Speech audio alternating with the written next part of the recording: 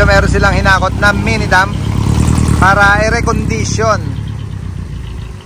Yan, kay Boss Ramboy. Yeah. Pag kailangan nyo rin ng car carrier, tawag lang kayo sa number na naka-flash palagi sa screen natin. Self-loading with boom, meron din tayo mga kabisyo. Kung meron kayong papabuhat, tawag lang kayo for inquiries dito sa number na naka-flash palagi sa screen natin. Maulan.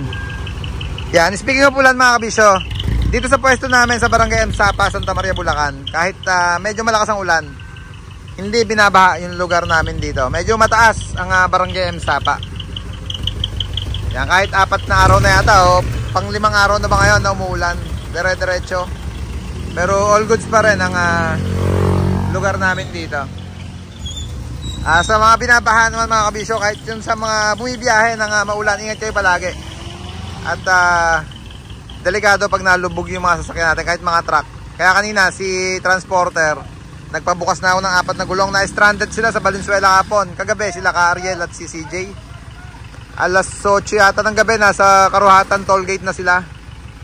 Nung nakauwi sila, alas 5 ng madaling araw dito sa baluarte natin. Almost 12 ba yun? 9, 10, 11, 12 9 hours sila na stranded gawa nung baha dyan sa NLEX